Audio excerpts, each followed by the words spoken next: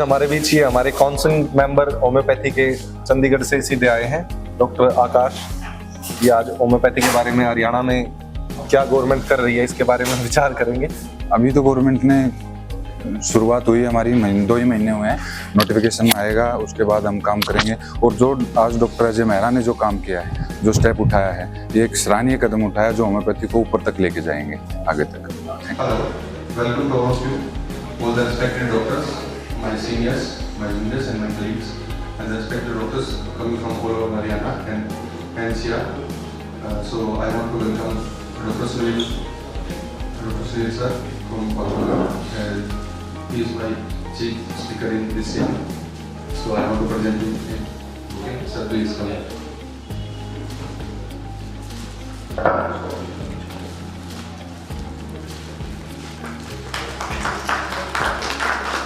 Welcome Dr. Anand Subir, MD Homeopathy, CCRN 2019 awardee. Please welcome.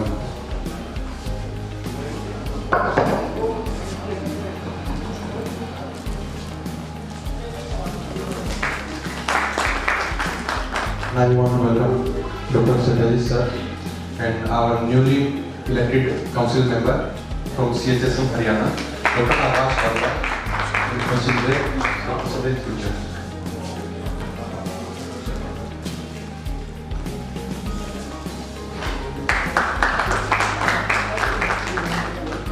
I want to invite Dr. Sunil sir, my first speaker, and they will share their knowledge and wisdom with us. Sir, please come and share your knowledge and wisdom with us. Thank you. Thank you, Dr. Good morning, doctors.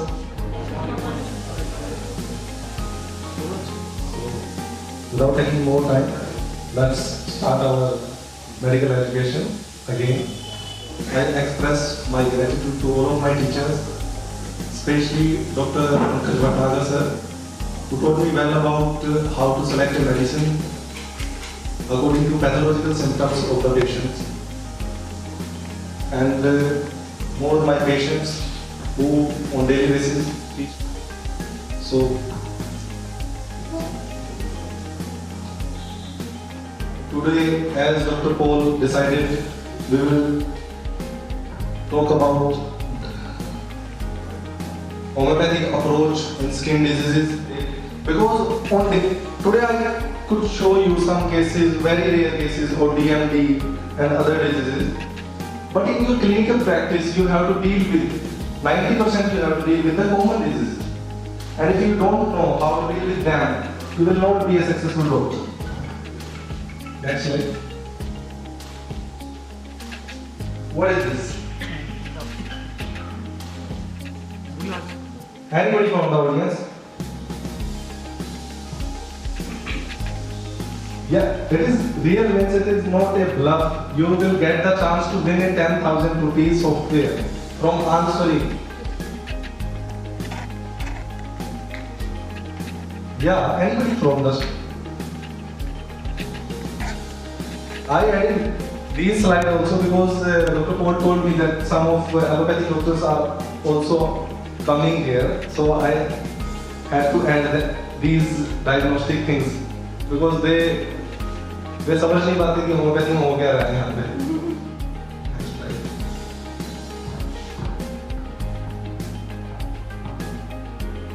Pemphigus is a rare autoimmune disorder where bullous impetigo is a skin bacterial skin infection.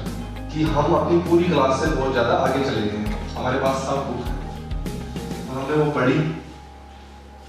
Literally बता रहा हूँ, मैंने अपनी practice में वो varicose vein वाली book से जो भी दवाई दी, कोई मरीज ठीक नहीं है. तो इसका क्या मतलब हुआ कि जो भी टीचिंग या ऐसे प्रोफेशन में आ जाते हैं, कई बार वो लोग बुक लिख देते हैं और वो क्या करते हैं कि जिस सब्जेक्ट पे बुक नहीं है, वो तो अपने रीडर्स चाहिए, वो सब्जेक्ट पे बुक लिखते हैं. मान लो आप रेमेडी ढूंढ रहे हो और आप सोचोगे कि यार मेरे को तो रेमेडी चाहिए पैथोलॉजिकल सिम्टम्स में, जिसमें कैंसर लिखते ही 3 मेडिसिन लिखी है मैं दे दूं, तो वो लोग उस सब्जेक्ट पे बुक लिख देते हैं जिस पे कोई सब्जेक्ट पे बुक नहीं है. अब वो कहाँ से लिखते हैं? अपनी क्लिनिकल प्रैक्टिस में अगर आपकी बहुत ज्यादा भी ओपीडी है तो आप 100-200 पेशेंट देख रहे हो, उसमें से आपने बुक लिखी है वेरिकोज वेन पे, मतलब आपके पास 200 की ओपीडी में से दिन में एक मरीज वेरिकोज, रेयर डिजीज है, इतनी कॉमन नहीं है। तो आपने पूरी जिंदगी में 50 मरीज देखे वेरिकोज वेन के और आपने उस पर बुक लिख डाली। तो ये टेबल साइंटिस्ट वाली जो होम्योपैथी में चीजें हैं ये काफी खतरनाक है। और आप अपने पूरे लाइफ टाइम में, मैं आपको बताऊं, आप एक महीने में ज्यादा से ज्यादा एक बुक पढ़ सकते हैं, उसको याद कर सकते हैं। साल में 10 बुक पढ़ ली तो आप अपने लाइफ टाइम में होम्योपैथी की 30-40 बुक पढ़ पाएंगे, और एक इंसान नहीं पढ़ सकता। और वो 30-40 बुक बहुत समझदारी की बुक होनी चाहिए, उसके बारे में आगे बात बताइए। तो नेक्स्ट सिलेक्शन ऑफ बुक, जब भी कोई आप बुक पढ़ेंगे आपको ये देखना है कि वो बुक जिस लोग की बनी लैकेसिस या इसमें बहुत ज्यादा गिनती, जेस्टिंग, ह्यूमर होता है इसके अंदर, मैनिपुलेटिव होती है। आपको आएगी आपके बारे में 4-5 बात होता है कम्युनिकेट करने का। ऐसे में अगर कोई ऐसा नहीं करता है तो हम उसे एंटी सोशल समझने लगते हैं। लेकिन हर पर्सन के साथ यही बात हो ये तो जरूरी नहीं ना। ये भी हो सकता है कि उसे ऑटिज्म डिजीज हो जिसकी वजह से उसे कम्युनिकेट करने में प्रॉब्लम रहती हो और रिलेशनशिप्स को मेंटेन करना भी टफ लगता हो। तो चलिए शुरू करते हैं। ऑटिज्म एक तरह का न्यूरो डेवलपमेंटल डिसऑर्डर होता है और इस तरह के डिसऑर्डर्स के लिए एक ब्रॉड टर्म है ASD यानी ऑटिज्म स्पेक्ट्रम डिसऑर्डर। अब पहले ये समझ लेते हैं कि ये न्यूरो डेवलपमेंट डिसऑर्डर क्या है। तो दोस्तों जब कॉम्प्लेक्स जेनेटिक और एनवायरमेंटल फैक्टर्स मिलकर के ब्रेन डेवलपमेंट को चेंज करने लगे होते हैं। वैसे तो इस तरह के डिसऑर्डर्स का पता बचपन में ही चल जाता है, लेकिन ये अडल्ट होने तक भी बने रह सकते हैं और बहुत ही रेयर केसेस में ऐसा भी होता है जब अडल्ट होने के बाद भी इन डिजीजेस को आइडेंटिफाई नहीं किया जा पाता। इन न्यूरो डेवलपमेंटल डिसऑर्डर्स में कई डिजीजेस और disorders, intellectual disability, autism spectrum disorder, specific learning disorder, child onset fluency disorder और स्पीच साउंड डिसऑर्डर। तो इन सभी में से आज हमें डिटेल में जानना है ऑटिज्म स्पेक्ट्रम डिसऑर्डर के बारे में। इसलिए आइए इसके बारे में ज्यादा जानते हैं। इस तरह के डिसऑर्डर में पर्सन को कम्युनिकेट करने में प्रॉब्लम फील होती है, उसे सोशल इंटरेक्शन करना काफी ज्यादा कठिन लगा करता है। इस डिजीज को फेस कर रहे लोगों में रिस्ट्रिक्टेड बिहेवियर पाया जाता है, उनके इंटरेस्ट में कुछ नयापन नहीं देखा जाता और रेपुटेशन उनके बिहेवियर में नजर आता है। ये डिजीज पूरी दुनिया में पाई जाती है और लड़के और लड़कियों के सर्वेक्षण 4-1 का रहता है, यानी जहाँ 100 में से 4 लड़कों में ये डिजीज पाई जा सकती है वहीं 100 में से केवल 1 लड़की में ही ये डिजीज मिलती है। टाइम के साथ ऑटिज्म केसेस में काफी बढ़ोतरी भी होती जा रही है, जिसका रीजन कुछ एक्सपर्ट्स एनवायरमेंटल चेंजेस को मानते हैं। तो कुछ एक्सपर्ट्स के अकॉर्डिंग इसका रीजन अवेयरनेस बढ़ना और ज्यादा डायग्नोसिस होना है। इस डिजीज के प्रति जो बच्चे काफी जिद्दी होते हैं, माँ बाप मतलब मोरल है, माँ बाप Ramnarayan Singh Mehra on his birthday and his vision was कि होम्योपैथी पूरा हरियाणा में और अच्छे से स्प्रेड हो। इसीलिए मैं ज़्यादा टाइम ना लेते हुए, क्योंकि टाइम की बहुत शॉर्टेज चल रही है, इसलिए केस स्टार्ट करते हैं। So today my topic is insights on dermatology, unlock the secrets of prescribing in skin cases presented by doctor Ajay Mehra. Please change the slide. Welcome to all of you. I am Dr. Ajay Mehra, consultant homeopath, BHMS, BJMS Rohtak, RN Homeopathy Clinic and Skin Clinic, Dr. Mehraj Homeopathy. So, purpose together in memory of my father, late Dr. Ramnaran Singh Mehra. On his birthday, I am taking initiative to host a seminar every year to spread homeopathy. So, why I choose dermatology today? So, this was the time when in COVID. सभी के ऊपर एकदम से burden आ गया था कि आप patients जो हैं एलोपैथ जितने देख पा रहे हैं और हम होम्योपैथ के पास कितने केसेस आ रहे हैं, क्या रहा।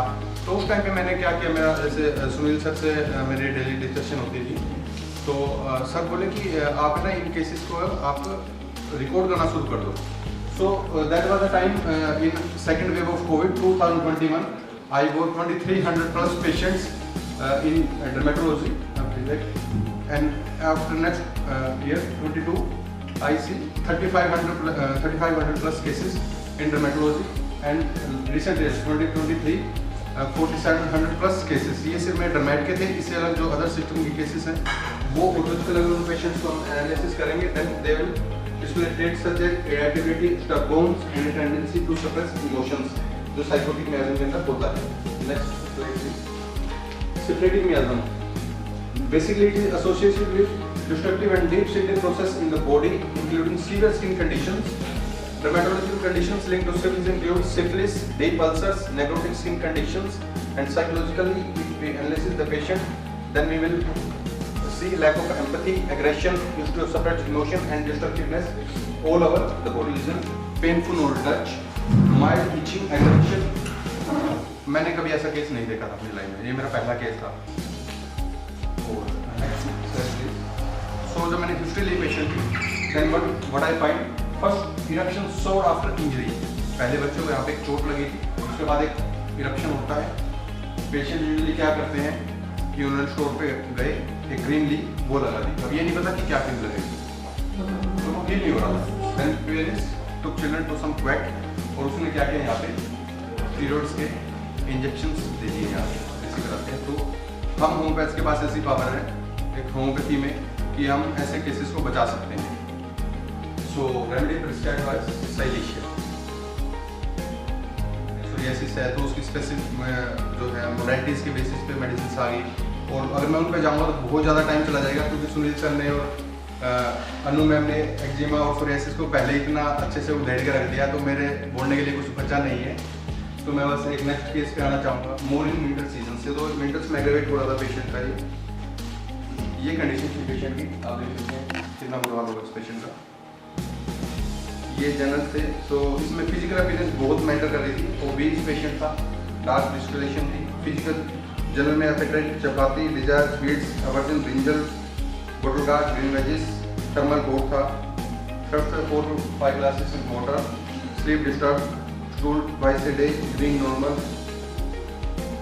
change in weather, facial aggravation or psoriasis in winters, mind में एंगर था, माइल्ड बिहेवियर। डी हैबिट क्या रही है कि जब से मैंने प्रैक्टिस शुरू की है, मैं मेरे केस को रिकॉर्ड करता हूँ, पेशेंट की पिक्चर्स, पेशेंट की वीडियोस रेगुलरली क्लिक करता हूँ। जब भी पेशेंट आता है, पेशेंट देखने पहले उसकी पिक्चर्स ले लेता हूँ सभी चीज़ों की। तो पेशेंट 1.5 मंथ के बाद ये भाग गया, मतलब मेडिसिन से ले गए और ये इसका ठीक होने लगा, तो ये आना बंद कर गया। ये मेरे पास आता है 28 दिसंबर इसी साल, लास्ट ईयर 28 दिसंबर 2023 को, करीब 8 महीने के बाद। तो मैंने ये अपनी मैडम को लेके आया था, वाइफ को मेडिसिन दिलाने के लिए। मैं इसको पहचान गया, मैं बोला आपने मेडिसिन ली थी मेरे से, क्या रहा उसका?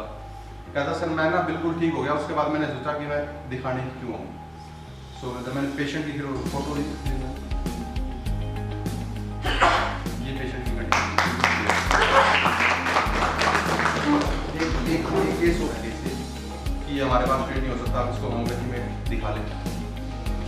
पेशेंट वाज लाइक 2017 से लगातार इसको हिकअप्स आ रहे थे, सीटी क्लियर है, एमआरआई क्लियर है, ब्रेन में कोई इशू नहीं है, सीटी एबडोमेन क्लियर है। पेशेंट्स का जब मैंने केस लिया तो ओपन एंड शट केस था बिल्कुल। जब मेरे पास आई तो अब देखो ये क्या कहती है पेशेंट, चुप कराता है कोई तो उसको बोलते हैं वो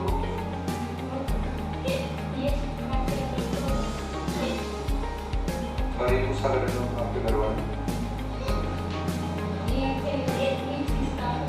स्टार्ट हो जाती है। मैं तो दे रहा हूँ, कहीं भी जाओगे आप जाओगे stomach, hiccups, hysterical, single medicine, approach should be clear. Thank you.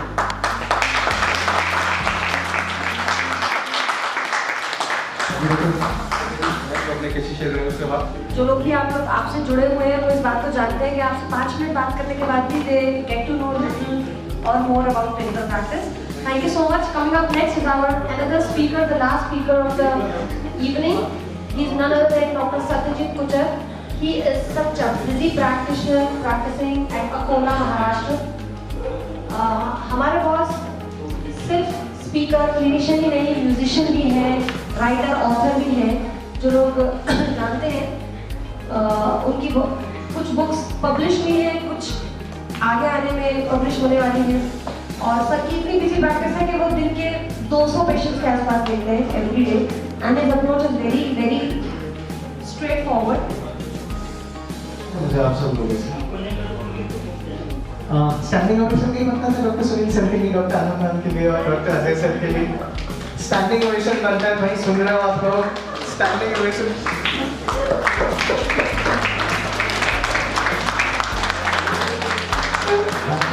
Thank you. Is more important than the remedy. Approach obviously insight से आता है और एक इंसाइट तो सालों तक होम्योपैथी में रहोगे, rational logical along the line सोचना पड़ता है, कभी आउट ऑफ द बॉक्स सोचना पड़ता है, ये एक बात है। दूसरा एक जो डॉक्टर आनंद ने कहा तो उसका प्रैक्टिकल कर रहा हूँ, analysis and evaluation. Sir Ajay sir ji sir. Software बढ़ने से प्राइसेस बढ़ने की बाकी है सर वो बाकी एक सॉफ्टवेयर के प्राइस क्वेश्चन पूछ सकते हैं? हाँ श्योर। इवैल्यूएशन ऑफ सिम्टम्स की बात हुई, एनालिसिस ऑफ केस और एनालिसिस ऑफ सिम्टम्स के बारे में कोई एक तो ब्रीफली बता सकता है? जब तक पीपीटी की बात, जब तक पीपीटी का मामला है तो हाँ जी, नहीं ये हाँ अभी मतलब डिस्प्ले हो चुका है। Doctor price question, analysis of the case और एनालिसिस ऑफ सिम्टम्स, प्लीज थोड़ा जल्दी, और बस समय थोड़ा कम है। Anyone from the students? Anyone from doctors? Sir आप सिंपल सी बात है, evaluation of symptoms, relative value क्या है सिम्टम का, एनालिसिस ऑफ द केस, जैसे सिम्टम लेना है नहीं लेना है, एनालिसिस ऑफ द केस ही लेना है कि नहीं लेना है, मेडिकल केस है, सर्जिकल केस है, क्यूरेबल है, इनक्यूरेबल है, होम्योपैथी के स्कोप के अंदर है, होम्योपैथी के scope, analysis of the case, analysis of symptoms, totality of symptoms में कौन से सिम्टम्स इंक्लूड करते हैं, पहले एनालिसिस होता है, इवैल्यूएशन उसके बाद में होता है। तो ठीक है, back to basics yes sir, back to next please. Short में डेवलप करने की एक इम्पॉर्टेंट बात, प्रिस्क्राइब करने के लिए मैंने क्यों ये रेमेडी चुनी, ये रूब्रिक मैंने कहाँ पढ़ा है, ये मटेरियल पढ़ेगा मैंने कहाँ पढ़ा, सिंपल सी बात हो गई है। एक तो बस किसी ड्रग की 2 लाइनें ज़्यादा पढ़ लो या 2 किताबें ज़्यादा पढ़ लो, कभी तो थोड़ा ज़्यादा मटेरियल मिल जाता है, ये कहाँ से पढ़ा, वहाँ पढ़ा, ठीक है। कभी कभी प्रिस्क्राइब क्यों किया वो पूरा थॉट प्रोसेस समझना पड़ता है, और पहले 2 स्पीकर्स ने वो थॉट प्रोसेस बताने का ही काम किया, राइट। इचिंग की बात करें,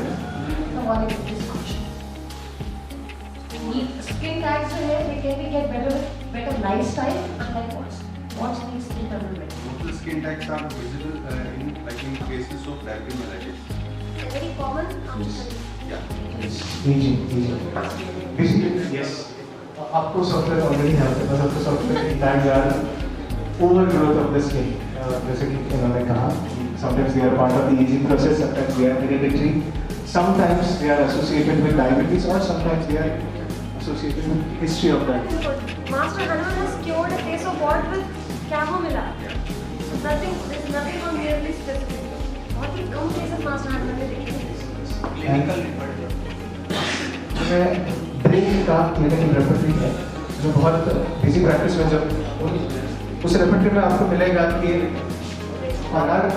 नॉट फॉर और अगेंस्ट एनी सॉफ्टवेयर, वो मुझे सब मिला बिजी प्रैक्टिस में, जब आपके पास टाइम नहीं है पूरा केस लेने के लिए, या आपको लगता है कि भाई बाकी तो स्पेक्युलर है नहीं, बस वर्ड्स का लोकेशन, वर्ड्स का मॉर्फोलॉजी और वर्ड्स के सब्जेक्टिव सिम्टम्स इतना ही मिल रहा है, तो ब्रेन का क्लिनिकल रेपर्टरी आप यूज कर सकते हो।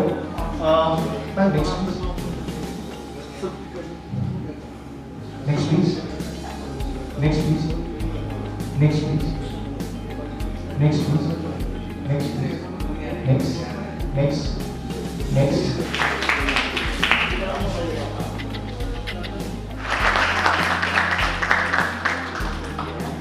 डॉक्टर साहब ने छोटा सा कस्बा है, इसमें होम्योपैथी को ग्रो करने में और होम्योपैथी को आगे ले जाने में जो योगदान डॉक्टर साहब कर रहे हैं बहुत काबिल तारीफ है डॉक्टर साहब, ठीक है।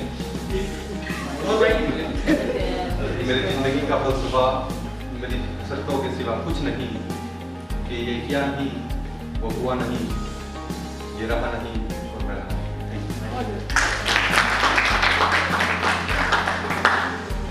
अब मैं सुनाना चाहूँगी आपको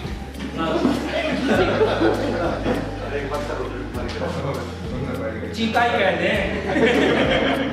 अब स्पीकर को मंच पर आमंत्रित करता हूँ और हमारी यूथ होम्योपैथ की team doctor Lokesh Sharma, doctor Ajay Bhardwaj, Akash Bhardwaj, भूल जाऊँगा, doctor Sandeep Sauran sir, doctor Saurabh Gupta और कुरुक्षेत्र से हमारे बीच इतनी आंधी तूफान के समय में हमारे पास पहुंचे हैं डॉक्टर शुभम जागलान। डॉक्टर साहब आओ।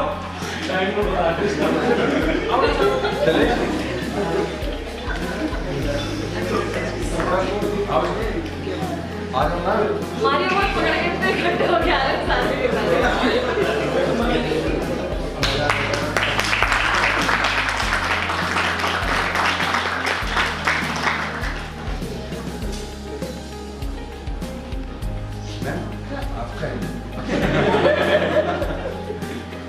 शैलेश के मैम को कैसे बोल सकते हैं 12 घंटे ड्राइव करके लेके आए।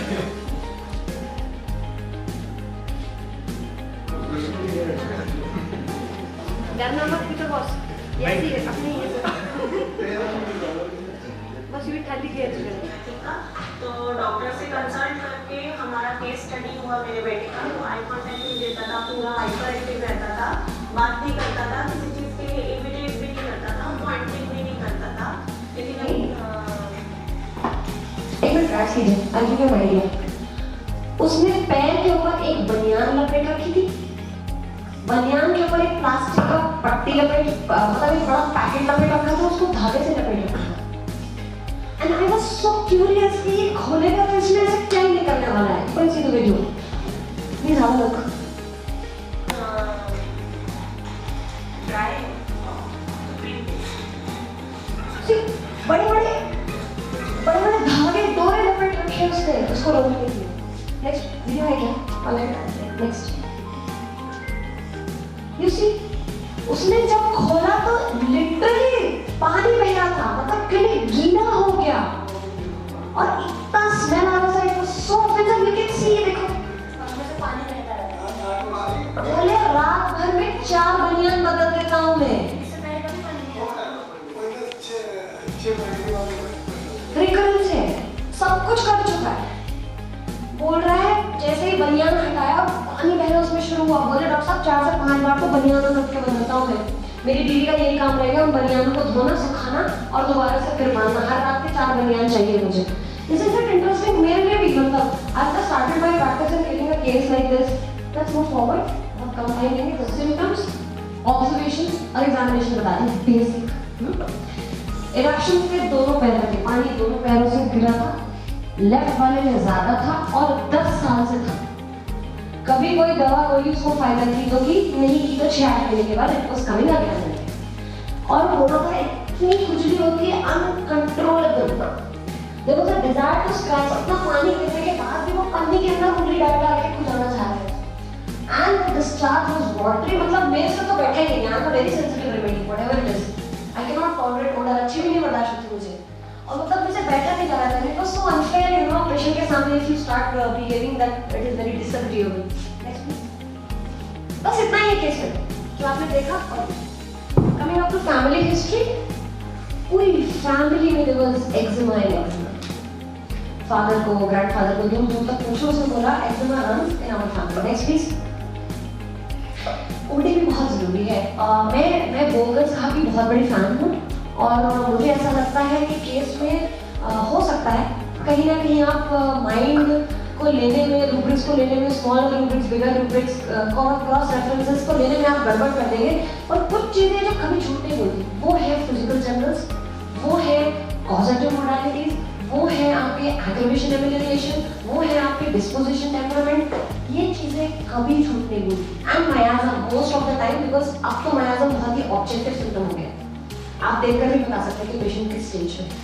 तो हमेशा धोखा मत खाइए, ऐसी चीज़ों पे यकीन कीजिए जो आप पेशेंट को कॉज जरूर पूछिए कि ये किस वजह से और कैसे शुरू हुआ। If you get a physical cause, you take elements from. If you get a mental cause, and it is very good physical complaint में अगर आप किसी माइंड को एज अ कॉन्फिडेंट ले लेंगे ना, इट इज अ सोने का सुहागा। मुझे बहुत सारे स्टूडेंट्स पूछते हैं कि मैम आप कैसे समझते हैं कि कौन सा सिम्टम इंपॉर्टेंट है, कौन सा बहुत इंपॉर्टेंट है और कौन सा हम बाद में ले सकते हैं। एक बुक है principle and practice of homeopathy by M Dhawale. It's an organon of medicine का बुक। उसमें चैप्टर है analysis and evaluation of symptom. अपनी प्रैक्टिस शुरू करने से पहले बेहद 15 मिनट लगेंगे उस चैप्टर को बोलने की जाए। तो जब पेशेंट बोलेगा ना, एक तो पेशेंट की बोली हुई हर बात इंपॉर्टेंट नहीं होती और मेरे साथ 90% सेम ही मेडिसिन अलग अलग ऑर्डर में। Whenever I recognize it, sulfur, like that. ज़्यादा इस तरह का होगा लेकिन फिर सल्फर होता है ना सबके साथ, है ना? बिकॉज हम कॉमन सिम्टम्स ही डाल रहे हैं, उनका एनालिसिस और उनका इवैल्यूएशन ये वो किस हद तक इम्पोर्टेंट है और पेशेंट को कितना what you have to look for reactions, how person has reacted to a certain stimuli. I am talking about science, it's the Newton's law, trust me. पता नहीं कितने लोग होम्योपैथी को मानते हैं या नहीं मानते हैं, पर होम्योपैथी साइंस में भी ना फिजिकल साइंस न्यूटन्स के लॉ पे ज़्यादा बेस्ड है। If you look into it, every action is an equal and opposite reaction. और ये हर सबका reaction it varies and it comes with an individualization. इसीलिए बाहर खाना खाने वाला हर आदमी बीमार नहीं होता। लोग आगे पूछते दूध तो बचपन से पी रहे हैं हम, अब ऐसा क्या हो गया तो लैक्टोज इंटॉलरेंट अपने बच्चे को दूध क्यों नहीं दे सकते, है ना? This is what making us variable, different and individualized. तेरा रिश्तेदार बता रहा है ठीक हो गया, तो follow-ups चैलेंजेस है, एक तो आने चाहिए और दूसरा ये डिपेंड करता है कि what kind of treatment now you choose for your patient. एक पेशेंट जो एक्जिमा का था जो अब बेटर हो रहा है, now the symptoms are taking another turn, और ऐसा होता है कुछ और शॉर्ट नहीं होता, दवाई दी ठीक हो गया तालियां बज गई, ऐसा बिल्कुल नहीं होता प्रैक्टिस में। आपको कोई बता रहा है तो गुमराह कर रहा है। केस में दवाई चेंज भी करनी पड़ती है, केस में दवाई स्टॉप भी करनी पड़ती है, केस में ट्रीटमेंट का प्लान चेंज करना पड़ता है, बहुत कुछ करना पड़ता है। Every case is different. Okay, तो अभी पेशेंट कह रहा है कि मेरे तो पूरी बॉडी में इश्यू हो गई डॉक्टर, ठीक है? अभी क्या करेगा? सल्फर क्यों दिया? जस्ट जनरल बॉडी में इचिंग हो रही है, बर्निंग हो रही है, इस बात कुछ 3 डोजेस दिए मैंने और उसके बाद ऐसा। Next slide please. अब देखिए फॉलो, कैन यू सी, है ना? आप लोगों को थोड़ा सरप्राइज होगा, मैंने केस देखा है और हर बार फॉलोअप के साथ भी ऐसे होता है। ये पेशेंट आने वाला है ना? आने के बाद पजामा अपना इसलिए पजामे के ऊपर करेगा, है ना? पता नहीं पनीर से पनीर चढ़ा कर आएगा या ऐसे आएगा। Can you see the dryness, the less of the inflammation? Can you see everyone? Next please. Now here is something to be learned here. Cases सब अलग होते हैं, लेकिन बात ये है कि इफ आई कंपेयर सोराइनम और सल्फर, दोनों एंटी मायास्मेटिक एंटी सोरिक बहुत ही बेहतरीन रेमेडीज हैं जब आपको लॉट ऑफ सोना एंड सोरा दिखाई दे, राइट? पैथोलॉजी की पढ़नी पड़ेगी, पढ़ना में सभी होते हैं। And the reason is staphylococcus और streptococcus. Remedy is acid sulphur, lead acid sulphur this way. Okay, patient is saying कि एक्जिमा ड्राई है ना? कुछ भी नहीं निकलता है, बस घा जमती रहती है, ड्राई है, ड्राई है। क्यों चलेगा? बिकॉज़ एलिमिना में why alumina is dry, emotional dry के साथ नहीं चलेंगे। Why alumina is dry, alumina में कॉन्स्टिपेशन का होता है ना, सॉफ्ट स्टूल होता है लेकिन फिर भी नहीं पास होता, फिर कैसा हो जाता है? क्यों? इनएक्टिविटी, हमको कुछ करना ही नहीं है, बॉडी को भी पुश नहीं करना, है ना? आगे से उनको सॉफ्ट स्टूल को भी पुश नहीं करना। पेशेंट इज सेइंग एक्जिमा में बहुत सारी बर्निंग है and it is you know between the fingers and it is what's called cold application. Remedy is arsenal. Ezekiel call is better by modalities बहुत important है, ये disease को भी अलग कर देती है, एक पर्सन को भी इंडिविजुअलाइज करती है, इनको बिल्कुल मिस मत कीजिए। Dry eczema of children, Calcarea very fast started, patient कह रहा है एक्जिमा है और एक्जिमा के साथ यूजुअली सोरियासिस ऐसा होता है कि हेयर और नेल का इन्वॉल्वमेंट हो जाता है। Patient is coming and he is saying कि एक्जिमा है और लॉस ऑफ नेल है। It's very simple. Once you read Materia Medica, you'll get through this. Eczema and sticky fluid is coming up.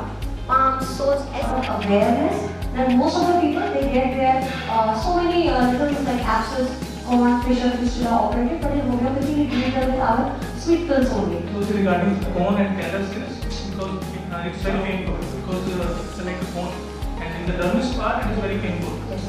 So we usually, as a surgeon, I usually do is I cut it down and patient got relieved obviously on the spot. But what you are saying, like sulfur, I was very enthusiastic about to know how sulfur works in cone. That's my. See, I know most of my, I have a lot of friends, surgeons, you know. So I know it is very easy to just cut open and stitch. Doctor sir, do you do anything for recurrence? If you cut, Just some emollients and it's like for like so that recurrence, the callus because of the heart surface. Like when put the heart sleeper. So after that we used some sleeper soap, sleepers. And I didn't, my practice, I didn't get any returns in heart. Exactly. But in homeopathy, even if patient is surgically treated, I'm not boasting here. ऐसा मत सोचिएगा कि majority of you, I'm telling you. What is the In homeopathy, we make sure that patient will never get the same complaint ever in their life. Our objective is not to just alleviate or the relief symptoms of the patient, but also to cut down if there is any familial hereditary stigma is there. रही बात sulfur की, so in homeopathy medicines are used in very minute similar potencies. We don't use sulfur as a crude. And दूसरी चीज, whenever we do drugs on humans, we give a 30 potency. Potency is power. Like you have 400 mg, 100 mg. 30 potency. Empty stomach for like couple of days or couple of weeks to a patient, and we note down the symptoms what patient gives us, and that's how the proving of a homeopathic drug comes out. Okay. was it sulfur granules or was it like a cream? No. There is we barely use local application. Okay. Because homeopathy heals internally. Okay, so sulfur if we use in case of what? Ek to we individualize the patient. If sulfur is needed by patient only, then we prescribe sulfur. Okay, because patient needs sulfur. बहुत सारे लोग ऐसे बोलते हैं कि कैसे पता चलता है दवाई सही है या नहीं सही है? It's all about logic. You should be knowing that this patient needs this remedy and this remedy will deliver you. Okay, every drug has an active principle in homeopathy. For example, I'll give you. We have a remedy called belladonna and we use it in headaches, right? Bursting headache, throbbing headache, fevers. Belladonna has an active principle called atropine. And we all know what is the pathophysiological action of atropine. What modern science people, how they use atropine, right? So we just potentialize it and use it in the center. I hope that serves. Thank you so much. Thank you. Not only a renowned name in homeopathy, but also the undisputed market leader. In early 80s, Dr. Jaru Kishore, a renowned homeopath and SBS chair emeritus, renounced the need for high quality and affordable homeopathic medicines in India. Consequently, SBL was launched in 1983 and Cyber Homeopathy collaboration.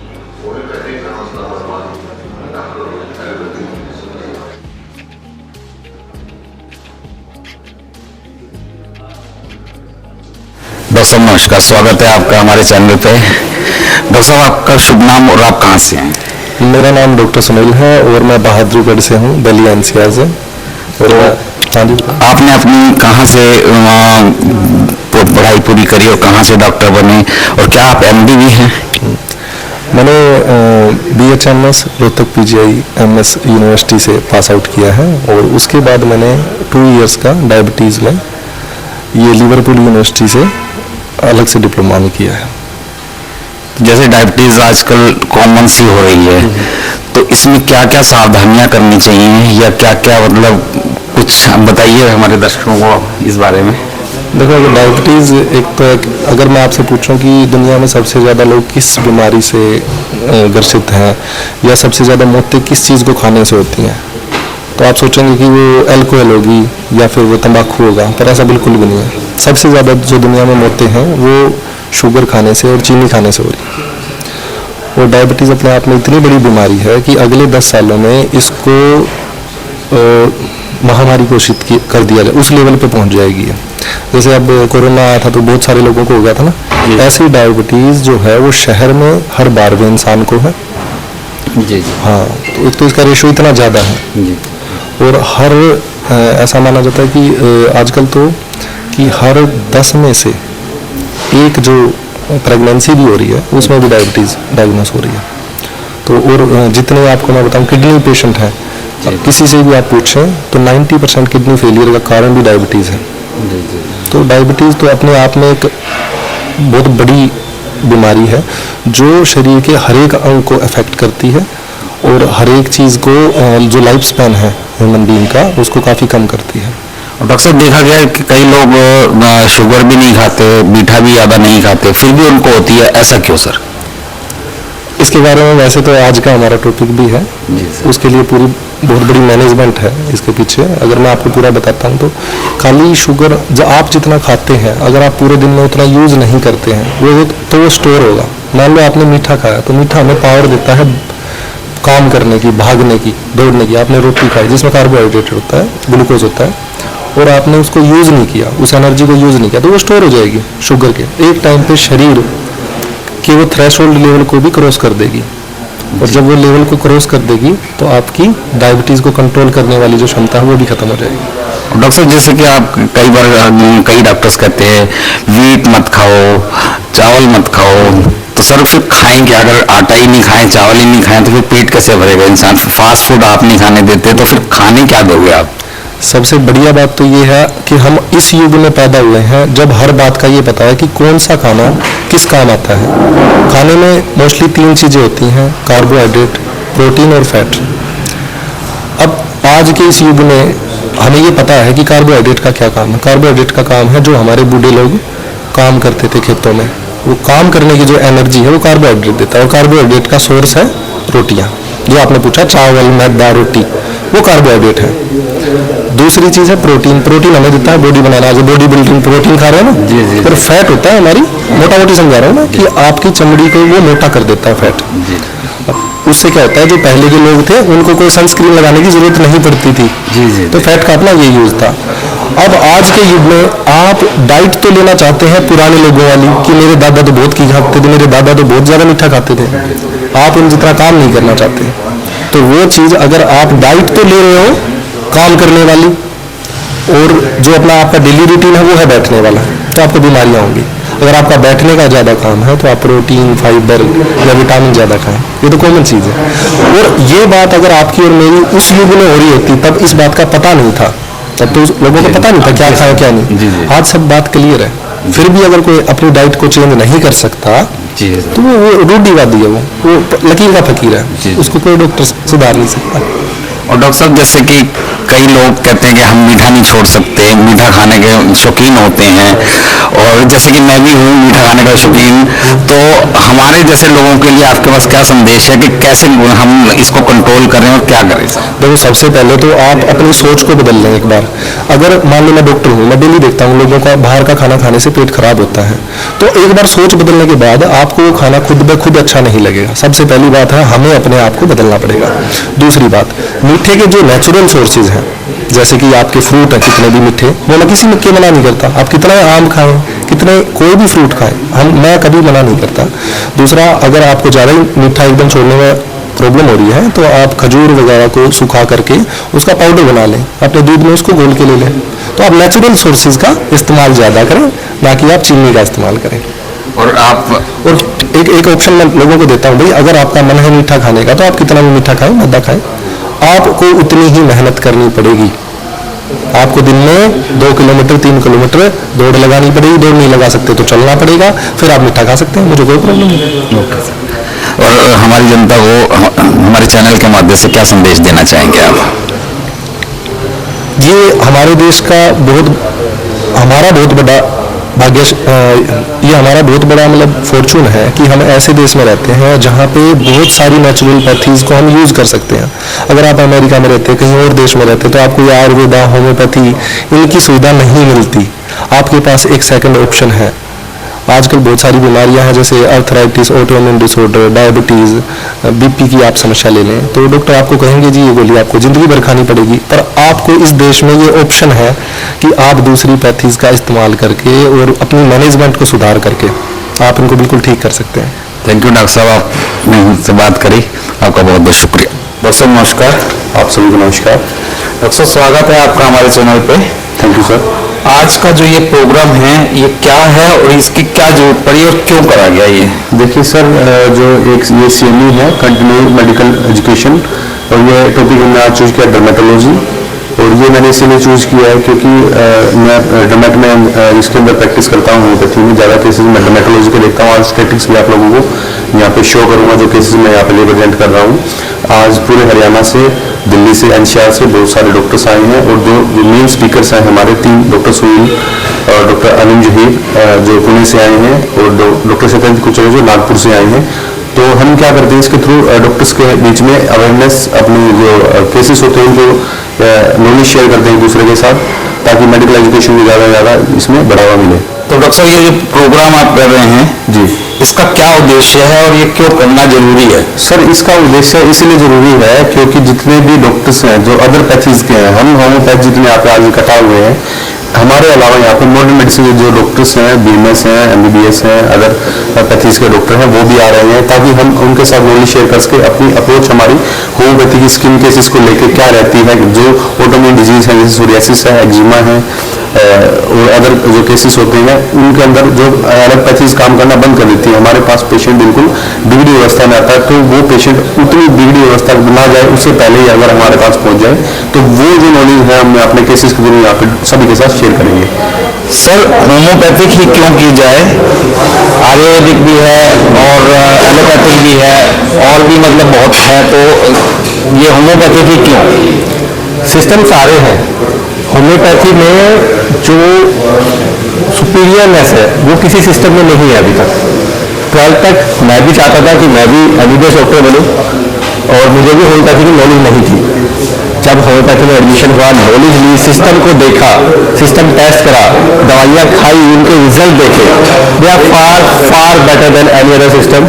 Ayurveda अपनी जगह अच्छा है, allopathy actual में तब use करनी चाहिए जब emergency हो, जब आपको होम्योपैथी में या नेचुरल ट्रीटमेंट में रिजल्ट नहीं मिल रहा हो। बट सिस्टम उल्टा है, लोग वो पहले एलोपैथी में जाते हैं और फिर नेचुरल चीज़ों को अपनाते हैं। तो सर, जैसे फीवर हुआ जी, फीवर होने के बाद आदमी चाहेगा कि बिल्कुल तुरंत उसको आराम मिले। जी जी जी। और होम्योपैथिक का इलाज कहते हैं कि स्लो चलता है जी, तो फिर इसके लिए कैसे कहेंगे? स्लो चलता है उन बीमारियों में जो बीमारियां कई सालों से चलती आ रही है। जो बीमारी 24 घंटे की है वो 24 घंटे में ठीक होगी। फीवर हो, दस्त हो, बुखार हो, टाइफाइड हो, कुछ भी हो, अगर वो 2 दिन की है तो वो 12 घंटे 24 घंटे में ठीक होगी। ऐसा नहीं है कि उसमें हमें कई दिन चाहिए, 10 दिन 15 दिन चाहिए। थैंक यू डॉक्टर साहब। डॉक्टर साहब नमस्कार, स्वागत है आपका डॉक्टर साहब। डॉक्टर साहब, आपका नाम और आप कहाँ से हैं? मेरा नाम डॉक्टर अनम जहीर है। मैं MD होम्योपैथिक कंसल्टेंट हूँ और मैं पुणे महाराष्ट्र से हूँ। पुणे महाराष्ट्र से। तो डॉक्टर साहब, कुछ होम्योपैथिक के बारे में पब्लिक को बताइए। पब्लिक जानना चाहती है कि होम्योपैथिक ही क्यों यूज की जाए और आपके यहाँ पुणे में और यहाँ में क्या डिफरेंस है? पहली बात तो बहुत खुशी की बात है कि आगे आने वाले जो यंग होम्योपैथिक जनरेशन है वो होम्योपैथी के लिए इतना कुछ कर रहे हैं और ये बहुत ही सराहनीय है। इसके अलावा होम्योपैथी का फेट मैंने सभी जगह, मुझे ऐसा लगता है कि सिर्फ भारत में ही नहीं, पूरी दुनिया में बहुत ज्यादा, जैसे जैसे टाइम बढ़ रहा है, जैसे जैसे अलग अलग बीमारियां आ रही है, जैसे जैसे दवाइयां एंटीबायोटिक्स के लिए बीमारियां रेजिस्टेंट हो रही है, ऐसे जैसे लोगों का फेट होम्योपैथी में बढ़ रहा है। और अभी हाल फिलहाल में आया कोविड-19 वायरस में तो हमने आपदा को अवसर में बदला है। हम सारे बहुत सारे होम्योपैथिक डॉक्टर्स ने अच्छे से अच्छे रिजल्ट्स दिए हैं, बहुत सारी जानें बचाई हैं, लोगों की बाद में भी कॉन्सिक्वेंसेज या कॉम्प्लिकेशंस या उनकी इम्यूनिटी पे भी काम किया है। तो मैं बहुत खुश हूँ कि मैं इतना टाइम ट्रैवल करके पुणे से यहाँ डॉक्टर अजय मेहरा सर के डर्मेटोलॉजी एंड होम्योपैथी के लिए आई हूँ और बहुत बहुत अच्छा लगा। तो क्या संदेश देना चाहते हैं आपके पब्लिक, कैसे होम्योपैथी को कैसे देखे? हम लोगों के कान थक चुके हैं ये सुन के कि साबुदाना की गोली है, मीठी गोली है, 10-20 रुपए में मिल जाती है। अगर आप एक होम्योपैथिक स्टूडेंट का, एक होम्योपैथिक डॉक्टर का सफर देखेंगे तो शायद आप यही देखेंगे कि उसने भी 11 साल अपने यूथ के, अपनी जवानी के सिर्फ किताबों और पढ़ाई के साथ, डिस्ट्रिक्ट हॉस्पिटल के साथ, मरीजों के साथ निकाली है। तो मेरी लोगों से यही अपील है कि ये उनका हक है, ये उनका मौलिक अधिकार है कि वो एलोपैथिक मेडिसिन, आयुर्वेदिक या होम्योपैथिक कुछ भी चुने, लेकिन होम्योपैथिक हो, होम्योपैथ हम और बाकी आम जनता, आवाम कम नहीं समझे। होम्योपैथी में इतना स्कोप है कि कभी कभी हम डॉक्टर्स भी बहुत ही आश्चर्यजनक हो जाते हैं कि होम्योपैथी से सर्जिकल केसेस भी ठीक हो जाते हैं। आजकल जो लाइफस्टाइल डिसऑर्डर, हार्मोनल इम्बैलेंस चल रहे हैं, थायराइड, डायबिटीज, PCOD की तकलीफें, वो भी ठीक हो जाती हैं। हम छोटे बच्चों को दे सकते हैं, बहुत सेफ है। तो मेरी सभी लोगों से गुजारिश है कि ज्यादा से ज्यादा होम्योपैथी को चुने, होम्योपैथी का प्रचार करें और मेरे होम्योपैथिक स्टूडेंट से दरख्वास्त है कि हमें अच्छी होम्योपैथी प्रैक्टिस करें। आप ऐसे डॉक्टर बने जिनके पास आप अपने माता पिता या अपने परिवार को भेज सकें। डॉक्टर साहब स्वागत है आपका। डॉक्टर साहब आपका शुभ नाम? जी नमस्ते, मैं डॉक्टर सत्यजीत गुर्जर। कहाँ से सर? सर अकोला महाराष्ट्र से। अकोला महाराष्ट्र से। सर आप अपना अनुभव को शेयर करेंगे हमारे दर्शकों के साथ? बिल्कुल। आज डॉक्टर अजय मेहरा जी जो खुद होम्योपैथ, उन्होंने स्किन की कोई सीएमए रखी है, तो मैं देख रहा हूँ कि बहुत जागरूकता बहुत बढ़ रही है पिछले कुछ सालों में होम्योपैथी के प्रति, और देख रहा हूँ कि नॉन होम्योपैथी डॉक्टर्स भी होम्योपैथी लेने की सलाह दे रहे हैं, जो बहुत अच्छी बात है। और क्योंकि अवेयरनेस भी बढ़ रहा है और डॉक्टर्स का खुद विश्वास बढ़ रहा है, homeopathy doctors, non homeopathy doctors खासतौर पर, तो आज होम्योपैथ्स हमारी ये जिम्मेदारी बढ़ती है कि हम अपने आप को भी अपग्रेड करें और हमारे फ्रैटर्निटी को भी अपग्रेड होने का चांस दें। तो यही अपग्रेडेशन के लिए इस तरह की सीएमईज रखी जाती है, और मैं फिर से डॉक्टर अजय मेहरा साहब का शुक्रगुजार हूँ कि जिन्होंने ऐसी सीएमई रखी है। एज ए स्पीकर मुझे बुलाया, बाकी 3 स्पीकर से सीखने का मौका मिलेगा, हम सबको एक दूसरे से सीखने का मौका मिलेगा और शायद पर्पस फुलफिल हो जाएगा।